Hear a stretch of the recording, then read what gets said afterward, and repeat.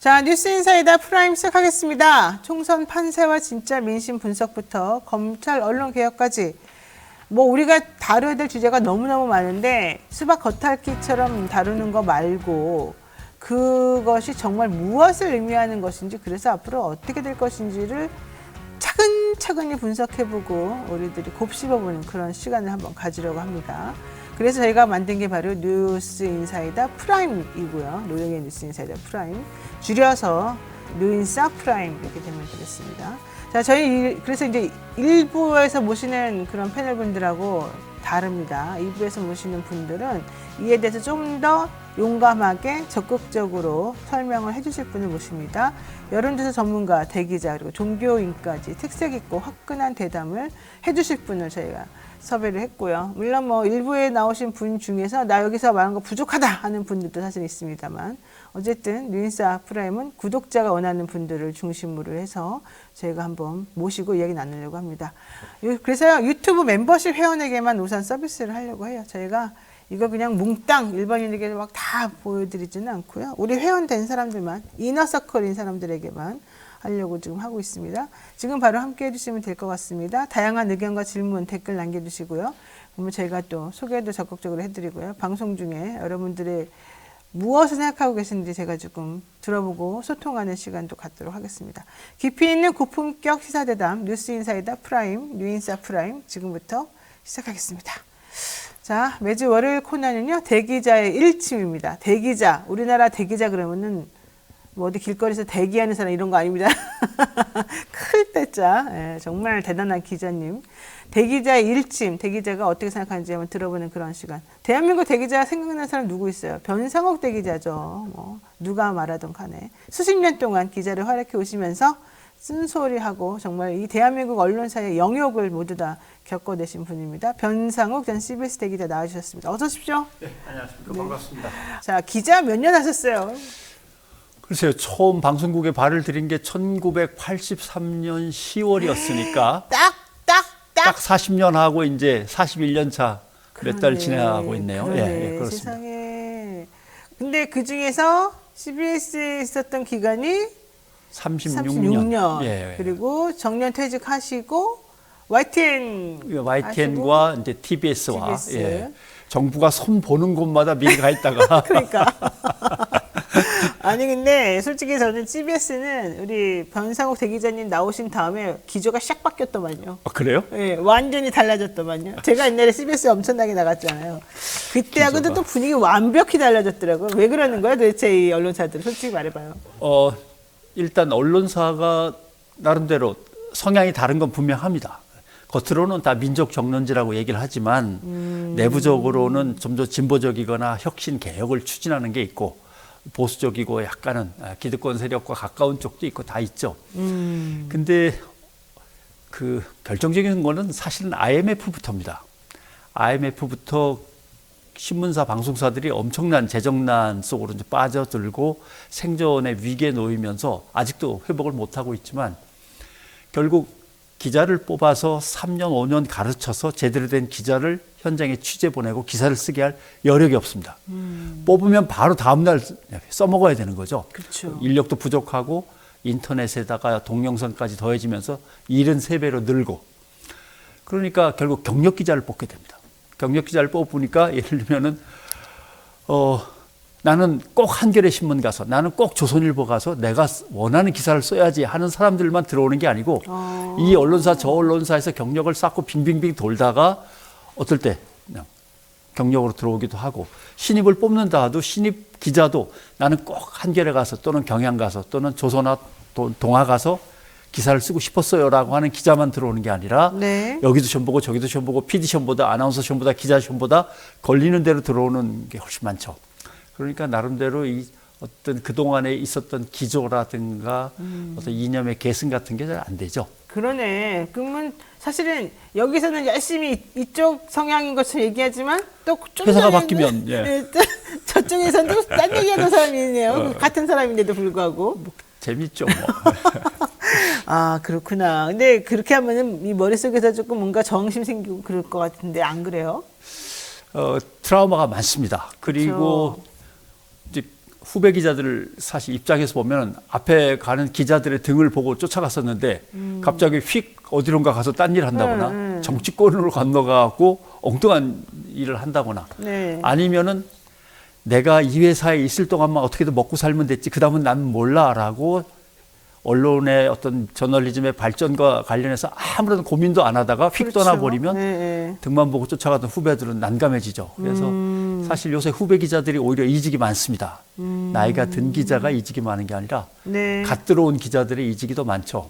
네, 그런 고민도 아직 있습니다. 예. 자, CBS에서는 어쨌든 그래도 36년 동안 아주 그냥 터줏대감처럼 하고 싶은 거 다 하셨을 것 같은데 대기자도 이제 끝까지 하시고 그 하시는 도중에 뭐 사이비 이단 사이비 종교 대책 팀장 뭐 그런 거 뭐 이런 신천지 것도, 문제라든가 네, 이런 신천지. 것들이 네. 있었기 때문에 대기자로 하다가도 갑자기 이단 사이비 특별 취재팀장, 뭐 TF 팀장 이런 것들 이제 수시로 맡았고 잠깐 경영진도 했고 네. 그러나 체질이 안 맞아서 그냥 체질이 빨리빨리 안 하고 예, 기자로 나와 있는 거죠. 경영진은 체질이 안 맞군요. 예, 안 맞습니다.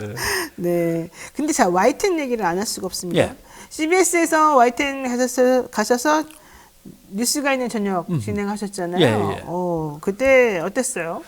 뭐 사실은 YTN도 성향이 좀 다릅니다. 예를 들면 보수 성향을 갖고 있는 구성원도 있고 진보 성향의 구성원도 있고 거기 좀 약간 혼재되어 있긴 예, 한데. 혼재돼 있습니다. 그래서 예. 제가 맡았던 것은 기자와 PD 앵커를 갖다 묶어가지고 하나의 팀으로서 같이 기획하고 같이 취재해서 뉴스 프로그램을 만들자라고 하는 거죠. 대개 뉴스 프로그램은 보도국 뉴스룸에서 하고 앵커들이 지원되거나 PD들이 일부 지원되거나 이런 네. 시스템인데 뉴스가 있는 저녁은 그게 아니라 별도의 독립조직으로 좀 나와가지고 PD, 기자, 앵커가 하나가 되어서 한번 해보자라고 했던 거고 심지어는 흔히 비정규직이라고 얘기합니다마는 계약직들도 의견 있으면 뭐든지 내고 함께 활발히 팀워크를 이루어서 이제 뛰었던 조직이어서 다른 뉴스보다는 좀 달랐던 것 같고 그런 평가도 많이 받았고 했던 것 같습니다. 3년 계약이었기 때문에 3년 채우고 나왔습니다. 근데 다 좋은데 사실 제가 뉴이저 그 하실 때 예, 벌써 뭐 많이 YTN 라디오 도와주셨죠. 진행을 제가 그때 했었잖아요. 그랬는데 뉴이저가 처음에 그 방송할 때는 그냥 무난하게 잘 넘어갔는데 어느 순간부터 갑자기 투사가 되어서 이렇게 활동하시는 모습을 제가 봤어요. 우리 앵커님이 투사가 됐어요. 어느 날 갑자기. 뉴이 쪽에서 제가 떠날 때가 된 순간이 마침 또 대통령 선거가 끝나는 순간이어서 계약이 연장될 것이냐 말 것이냐 가지고 서로 이제 눈치 싸움을 하고 있었는데 깨끗하게 여기서 끝내는 게 낫지 않겠는가라고 생각을 했고 또 나름대로 내부에서 저 사람의 성향은 우리하고 좀 안 맞지 않냐라는 의견들도 있었고 그래서 뭐 자연스럽게 계약은 거기서 끝나고 나왔습니다마는 나오고 나서 TBS에서 변상욱 쇼라고 하는 유튜브 프로그램과 지방자치 프로그램을 하고 있었는데 또 오세훈 시장께서 도와주셔서 또 나오게 되고 그러다 보니까 사람들은 저는 전혀 그렇지 않고 보수 진보의 중간쯤 되거나 사실 약간 아나키스트적 기질이 있는데 정치적으로는 다른 분들이 보시기에는 여기저기 잘려서 왔다 갔다 하는 거 보니까 저 사람은 진보구나. 그래요? 지금번에 그래요? 그렇게 생각하고 자꾸 그쪽으로만 불러주시고 그쪽으로만 자꾸 주제를 던져주셔갖고 그걸 받아서 하는데 문제는 그 주제에 대해서 심각한 고민과 원칙 그다음에 조금 더 글로벌한 어떤 세계적인 흐름 속에서 계속 정직하게 얘기를 하려다 보니까 네. 자꾸 문제가 되는 거 보니까 지금의 정권이 그렇게 안 가고 있다는 반증인 것 같아요. 그렇지. 예, 고민도 맞아요. 별로 없는 데다가 글로벌 흐름에서 완전히 지체돼서 뒤처져 있고 뭔가 미래를 생각 안 하거나 국가 전반적인 문제를 염려 안 하면서 하고 있는 거 아닌가. 그러니까 자꾸 부딪히는 거 아닌가 이런 고민을 하는 거죠. 사실 이제 변상욱 대기자님이 YTN에서 뉴이저에서 가장 크게 이슈가 됐던 거는 그 뭐 일명 패드립 뭐 이런 사건이었었는데 예, 이제 그게 현실적으로 그 당시에 이제 좀 약간 그 개탄스러운 뭐 상황에 대해서 그냥 간단히 말씀하셨다 이렇게 된 거예요. 근데 제가 보니까 어느 순간 이 방송국에 있는 혹은 뭐 신문사도 마찬가지겠지만 방송국은 특히나 예. 외부에서 쟤 저런 말 왜 했어? 이 한마디가 그 그렇죠. 사람을 정말 예. 죽이기도 하고 살리기도 하고 그러더라고요. 뭐 그래서 후배 기자들한테 늘 그런 얘기 하죠. 항상 네. 칼날이를 걷는 것처럼 조심해서 하고 특히 남한테 이용당하지 않도록. 그렇죠. 예. 이용당하는 그게 바로 문제인 것 휘둘리고 같아요. 이용당하지 않도록 조심해라라고 했던 건데 그때도 뭔가 우리 사회가 뭔가 이렇게 새로운 기운이 꿈틀거리는데 그 기운이 뭔가 이게 뭐라고 해야 될까? 흑화되는 기운. 네. 둘로 갈라지면서 앞으로 피 터지는 전쟁이 일어나겠구나.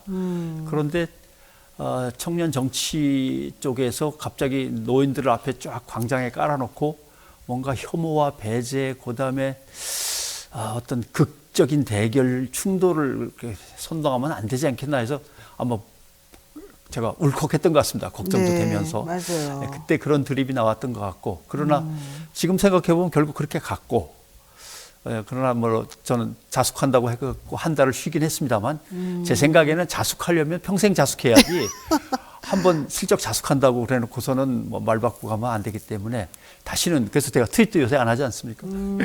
그래서 다시는 뭐 이제 웬만하면 남의 일에는 얘기 안 된다. 굳이 뭐 이렇게 쏘아붙이지는 않고 있습니다만 그러나 정확하게 설명을 하고 할 말은 해야 되니까 그렇죠. 방송에 나와서는 또 하죠.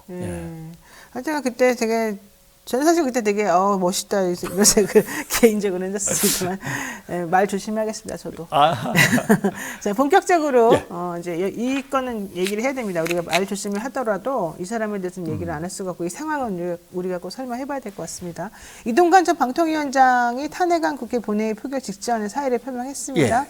이거 대통령이 곧바로 수용하면서 뭐 정리가 됐다, 일단락됐다고 볼 수 있겠지만 저는 이거는 이제 겉으로 드러난 것이고 실제 내면적으로는 예. 대통령하고 이동관 위원장이 서로 이제 머리를 맞대고 아마 이건 이렇게 해야지 해결할 수 있겠다라고 했겠죠. 교감, 그렇죠. 사전 교감이라고 보통 하는데 어떤 교감이 있었기 때문에 이렇게 됐을까요? 탄핵안 표결을 앞두고서 바로 사퇴를 했단 말입니다. 네. 사의 표명을 한 지 3시간 만에 사표 수리가 바로 됐고 이건 사퇴한 게 아니라 사퇴시켰다라고 그렇죠. 봐야겠죠. 그렇게 되는 거고 왜? 이제 중요한 건 왜? 왜? 그러나 이제 사퇴를 만약에 하기 전에 탄핵 표결이 끝나버렸다라고 하면 어떤 일이 발생되는가를 갖다 한번 제가 잠깐 설명을 드려야 될 것 같습니다. 네, 해주세요. 예. 탄핵안이 국회에서 가결이 되면 네.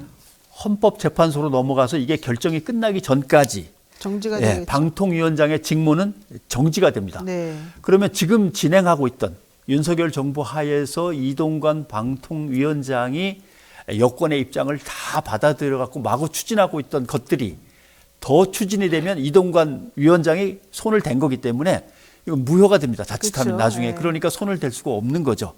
그러면 방통위를 통해서 무리하게 밀고 가던 것이 다 스톱되는 것보다는 빨리 내려오고 다음 사람이 가서 하는 게 훨씬 나은 거죠. 예, 그래서 그러면 과연 저것이 윤 대통령하고 이동관 위원장의 뭔가 노림수냐 아니냐를 결정하는 반증이 될 만한 요인은 얼마 만에 다음 사람이 결정되느냐. 그래서 12월 안에 예. 결정한다는 거 아니에요? 12월 안에 모든 것을 다 끝내버려야 되겠다라고 생각을 하고 이제 준비를 했던 것 같은데 아무튼 뭐 불과 며칠 만에 다음 사람이 결정이 돼버린 거죠. 네. 그걸로 봐서는 아하 둘 사이에 교감이 있었고 윤 대통령이 시켜서 사퇴를 했고 사퇴한 다음에 바로 다음 사람이 들어가서 하던 일을 갖다 마저 완성지어서 총선 전에 방송통신 쪽을 확실하게 장악하겠다? 예, 여권 쪽으로 장악하고 있는 것이 낫겠다라는 어떤 의지의 표현인 거죠.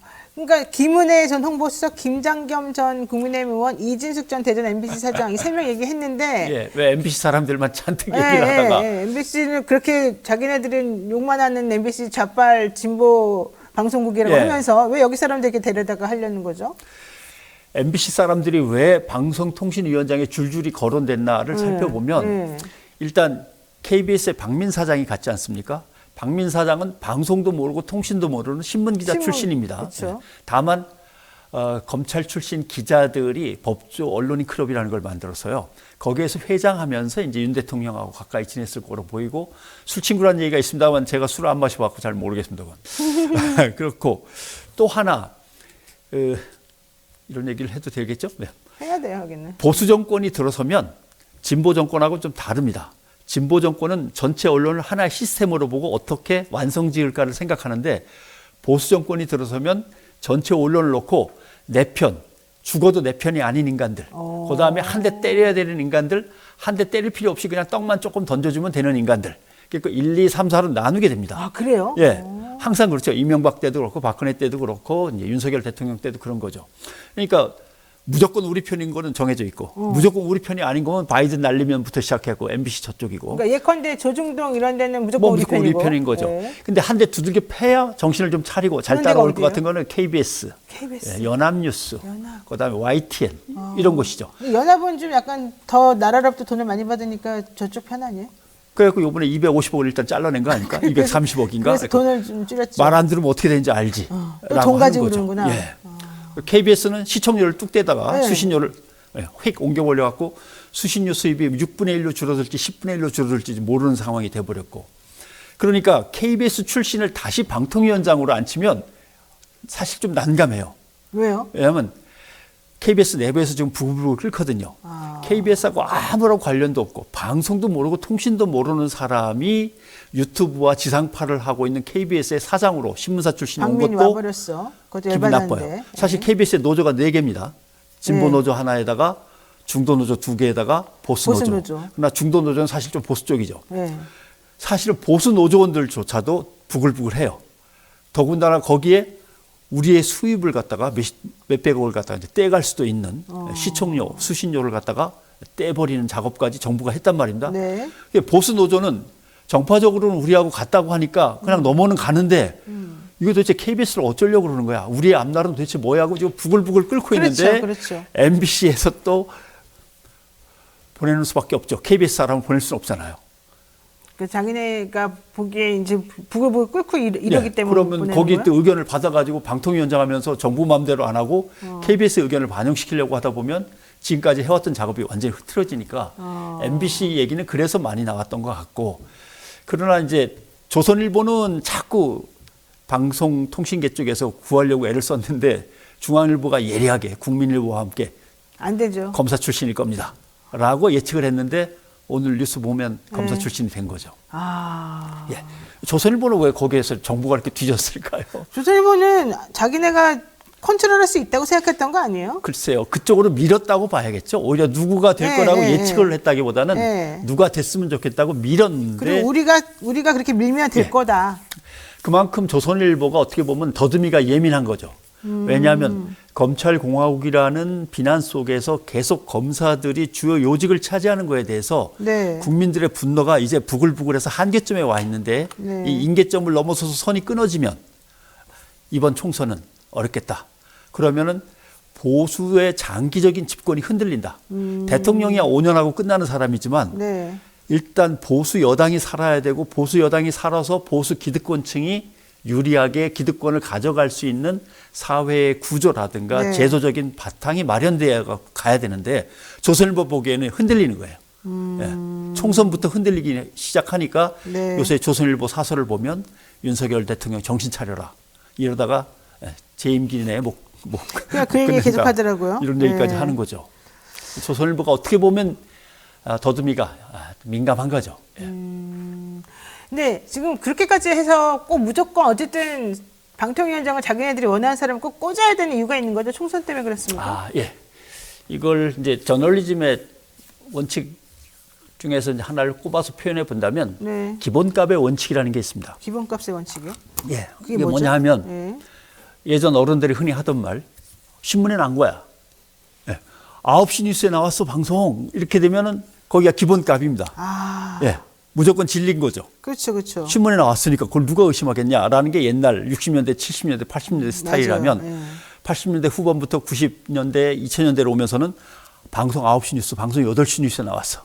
또는 JTBC 뉴스에 나왔어. 한때 이런 것도 있었죠. 맞아요. 또 진보 진영에 있는 분들은 MBC랑 한겨레에서 나온 거야. 이렇게 되면 다 믿으시기가 쉽죠. 이걸 기본값이라고 하는데 이게 큰 언론사에는 기본값이 더 큽니다. 그냥 신문에 나왔어가 아니고 조선일보에 조선일보에 나왔어, 나왔어. 동아일보에 나왔어 훨씬 더 크죠. 그다음에 또 하나의 문제는 대한민국에서 뉴스를 내보내는 언론사, 정보를 제공하는 언론사가 한 6,500에서 7,000개 됩니다. 포털에서 검색되는 걸로 치면 한 1,200개. 포털에 자기네 뉴스를 내보내는 걸로 치면 한 100개. 직접 내보내는 걸로 치면 100개 연결이 돼 있거나. 그러면 선거 때 되면은 네. 이제 들어오는 정보들이 복잡하고 더 치밀해야 되잖아요. 유권자들이 생각하기에는. 그럼 유권자들은 어떤 선택을 하냐? 내가 유튜브에서 여기 것도 듣고 저기 것도 듣고 막 했지만 선거와 관련해서는 큰 언론사로 가는 거죠. 큰 언론사 중에서도 믿을 만한 언론사로 가게 됩니다. 그런데 진보 진영, 보수 진영으로 완전히 나눠져 있는 양극화 시대에서 갈 사람들 각각 가겠죠. 그러나 중간에 있는 사람들이 문제란 말입니다. 이게 구분하면 비율이 어떻게 되냐면 보수가 30이고 진보가 30이고 중도가 40입니다. 대한민국 선거는 항상 그렇습니다. 그래서 선거 10달 전부터 중간에 있던 40의 사람들이 자기 자리를 찾아가기 시작합니다.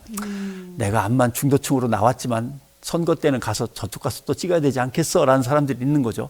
그게 선거 10달 전부터 점점 자기 진영을 찾아가다 보면 30, 30, 40에서 40, 40, 20으로 바뀌는 거죠. 근데 이번 선거는 아직도 이게 흔들림이 많지 않아요. 예. 그러니까 그 사람들은 막판에 가면은 큰 언론사를 봅니다. 네. 큰 언론사가 결국 KBS, MBC, 조중동, JTBC입니다. 그러니까 이것들을 빨리 장악해야 되는데 네. 장악이 급하고 또 하나의 문제는 선거 때가 되면 예전보다 더 뉴스 쪽에 자꾸 고개가 가집니다. 그죠? 또 어떻게 됐나 봐야지. 예, 총선이 어떻게 될 건지 예측도 해봐야 되고. 근데 뉴스라고 하는 시간은 정해져 있거나 네. 하니까 결국 식당에서 연합뉴스 TV와 YTN을 보게 되는 거죠. 그렇죠? 항상 터미널에서 항상 틀어있죠. 공공기관 가면 항상 YTN 아니면 연합뉴스 TV죠. 식당, 터미널 할 거 없이 카페 다 그러니까 결국은 그것도 미리 손을 봐둬야 되고. 그러니까 정부 여당 입장에서는 갈 길이 바빠요. 근데 자꾸 국회에서 야당이 발목을 잡으니까 얼마나 속이 타겠습니까? 네. 그런 것들이 지금 무리한 수로 계속 드러나고 있는 거죠. 근데 그러면은 뭐 꼭 보수만 그러겠습니까? 모든 정권이 다 그렇게 하고 싶겠죠. 그렇죠. 그럼 진보도 그랬을까요? 진보가 그러니까 무능력한 거죠, 뭐. 아니, 그 보수 여당에서 이렇게 착착착착 나가는데 왜 진보는 잡으면 아까 말씀드렸지 않습니까? 항상 전체 시스템을 봐요. 아, 내가 이해가 안 가는 게 솔직히 이거 우리끼리니까 얘긴데 제가 처음에 종편 만들어질 때 MBN 그다음에 저기 뭐야 JTBC 채널 A 그다음에 또 하나 뭐였죠? TV조선. TV조선 이 네 가지가 있잖아요. TV조선이야 뭐 조선이라고 치고 채널 A야 뭐 이렇게 있다고 치고 근데 중앙일보도 JTBC 있잖아요. 사실 다 조중동이거든요. 그럼 뻔짜요. 게다가 매일경제도 마찬가지고 이게 경제지잖아요. 왜 이 네 곳에다가 왜 줬을까? 저는 사실 그 생각을 처음에 했었어요. 처음에는. 그러다가 보세요. 그럼 완전 보수적인 성격들을 가지고 있는 회사들인 거잖아. 신문도 그렇지만 그 밑에 있는 방송국도 다 똑같겠지. 결과적으로 비슷하게 되겠죠. 근데 왜 처음에는 왜 그거를 성격을 그렇게 못 맞췄을까? 왜 진보적인 사람들이 여기 못 들어왔을까? 어떤 성격이든 첫 번째 이상했고 두 번째로는 그래도 JTBC가 처음에는 선전을 하고 뭔가 좀 해보려고 했었어요. 근데 이게 한순간에 싹 무너지더라고요. 이게 손석희 사장 나가고 난 다음에. 그런데 그러면서 어떤 일이 벌어지면 한겨레하고 경향이나 이런 쪽 사실은 그래도 그나마 진보라고 하는 쪽에서까지도 문재인 정부가 들어섰는데 막 욕을 하는 거예요. 문재인이 뭐만 하면은 막 민주당이 뭐만 하면은 다 욕을 하는 거예요. 이구 동성으로. 그리고 너무 심하게. 특히 그게 이제 언제부터 심해졌냐면 조국 장관 그 사건 터졌을 때부터 그냥 너나 할 것 없이 모두 다 한패가 돼가지고 한쪽만 계속 치는 거예요. 근데 나는 그게 너무 이해가 안 갔거든요. 근데도 불구하고 그런 것들을 해결할 생각을 안 하고 균형을 맞추는 생각을 전혀 안 하더라고요. 왜 그런 거예요? 이 진보라고 소리 생각하는 사람들 다 한 학기 강의 커리큘럼. 아, 그래요? 왜냐하면 진보는 들어서면 전 언론 전체를 봐요. 그러니까 그 얘기가 좀 필요해서 김영삼 대통령은 들어서자마자 언론인 간부들 재산 공개 얼마나 헤쳐먹는지 당신들도 좀 봐야겠어. 그러니까 이걸 잡아야 되는데. 김대중 대통령은 세무조사 좀 합시다. 세무조사 받은 지 오래됐죠. 언론사 전체 세무조사. 특히 큰 언론사들, 신문사들. 그러니까 깜짝 놀랐어요. 민주화되고 문민정권 되면은 뭔가 이제는 군인들을 밀어내고 우리가 마음대로 할 수 있겠다고 생각했는데 전혀 아닌 거예요. 아니야. 민주정권은 언론에게도 불리해. 특히 큰 언론사에는. 그러니까요. 그때 노무현 대통령이 들어섰더니 더해.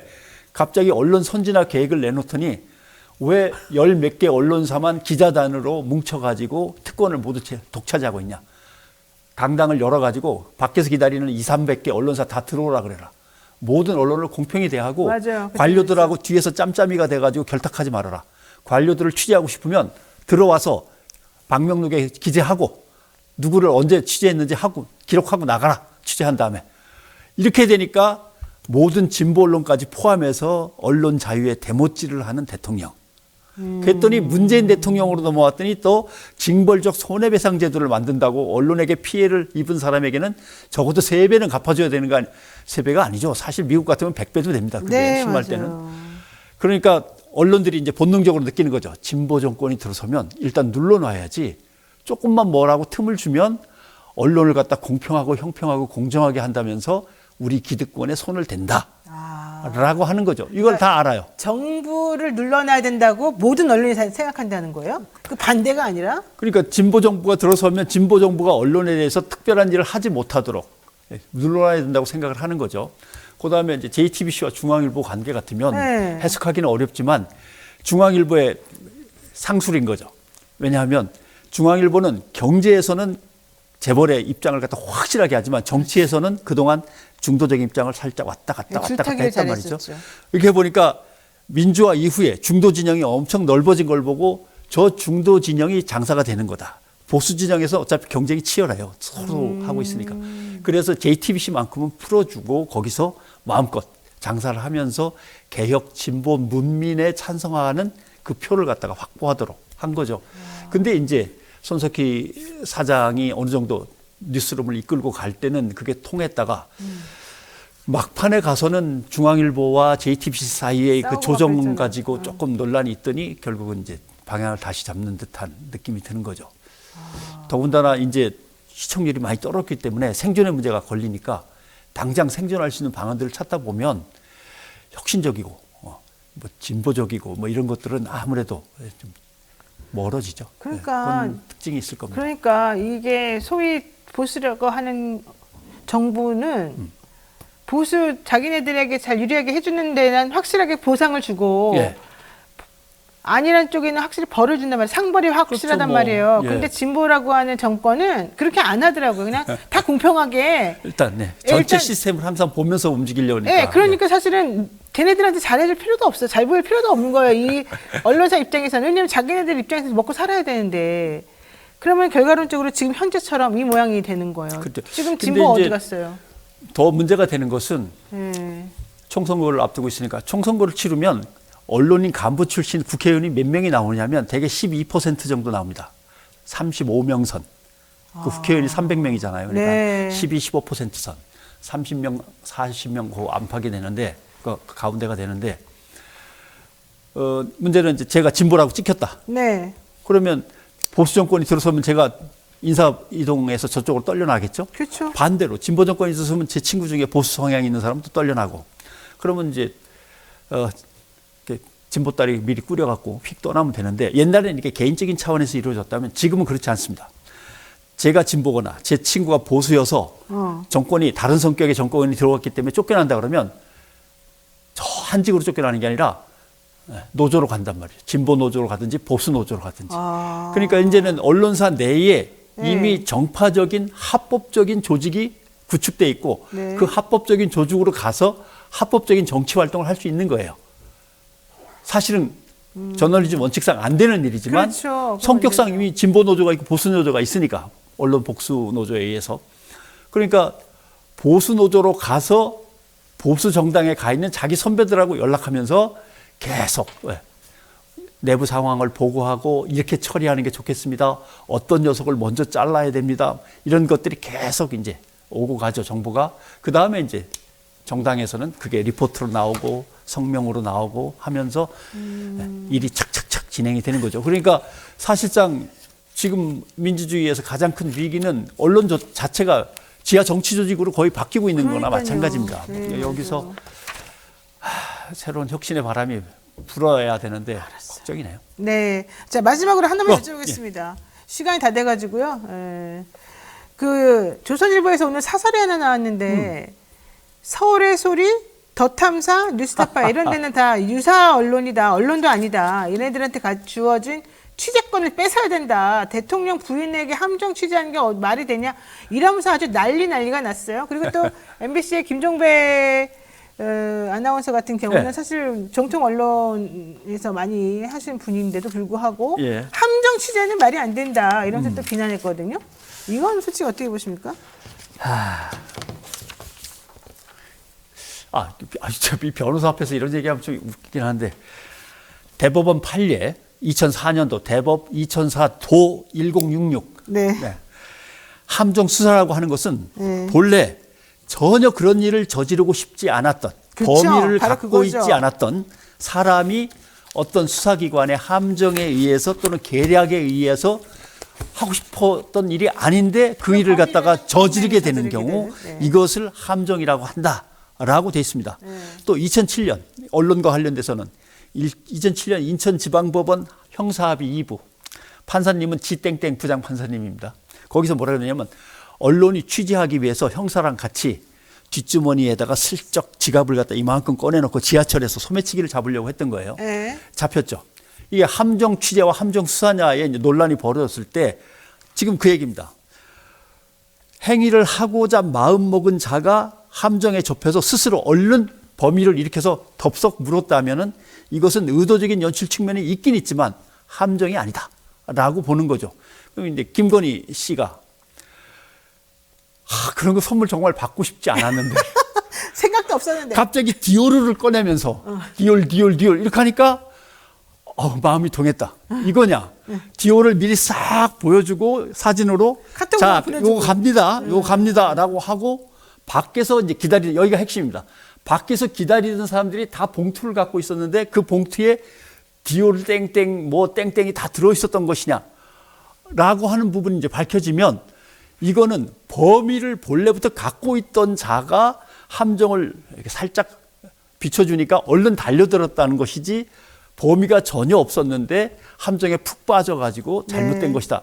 이 구분이 이제 이루어져야 되는데 이걸 언론이 취재해갖고 범위가 얼마나 있었나를 갖다가 다 이제 조사를 해야 되는 건데 가만히 있으면서 함정은 안 돼요. 뭐 이러고만 함정이 안 되고가 아니라 일반 민간인이 대통령 집무하는 곳에 수시로 아무런 보안 검색도 없이 드나들면서 민원사항을 또 가지고 들어가서 그렇죠. 이것은 국가적으로 상당히 난해하고도 아니, 게다가- 위험한 사건인데 이걸 취재해야 되는 건데 안 하고 또. 그러니까 게다가 조선일보가 뭐라고 그랬냐면요. 뭐 공적인 인사 남용을 이 사람이 인사특권 권한도 없는 사람이 남용하는 것을 지금 찍겠다고 해놓고 사실 그 내용도 없지 않냐라고 말했는데 그건 잘못된 거예요. 왜냐하면 녹취를 들어보게 되면 그 얘기하고 있어요. 무슨 네. 자리에 대해서. 그러니까 그거는 인사권자가 아닌 사람이 인사권을 휘두르고 있다는 반증이 되는 건데 그렇게 명시로 나와 있는 거는 무시하고 뭐 마치 취재하는 방식만 잘못된 것처럼 난리를 친단 말이에요. 나는 그거 정말 문제라고 생각하거든.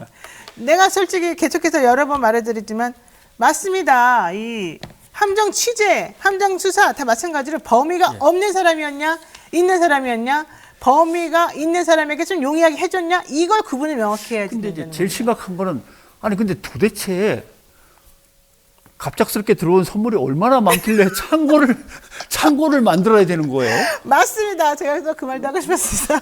근데 캐비넷에 있다 그러면 내가 이해를 하는데 창고를 따로 보관 창고. 네, 자 오늘 매주 월요일 코너 대기자 일침 뉴스 인사이드 프라임 처음 해봤는데요. 변상욱 대기자님이랑 아주 이런 얘기하니까 너무 재밌네요. 제가 너무 하고 싶었던 얘기. 우리 또 스튜디오 사정상 이거 또 비워줘야 된다고. 네, 그래서 그렇기 때문에 더 이상 얘기는 못 하겠고 오늘 한번 여기까지 했는데 의견 주시면 또 저희가 개선해 나가도록 하겠습니다. 오늘 말씀 너무 감사드립니다. 고맙습니다.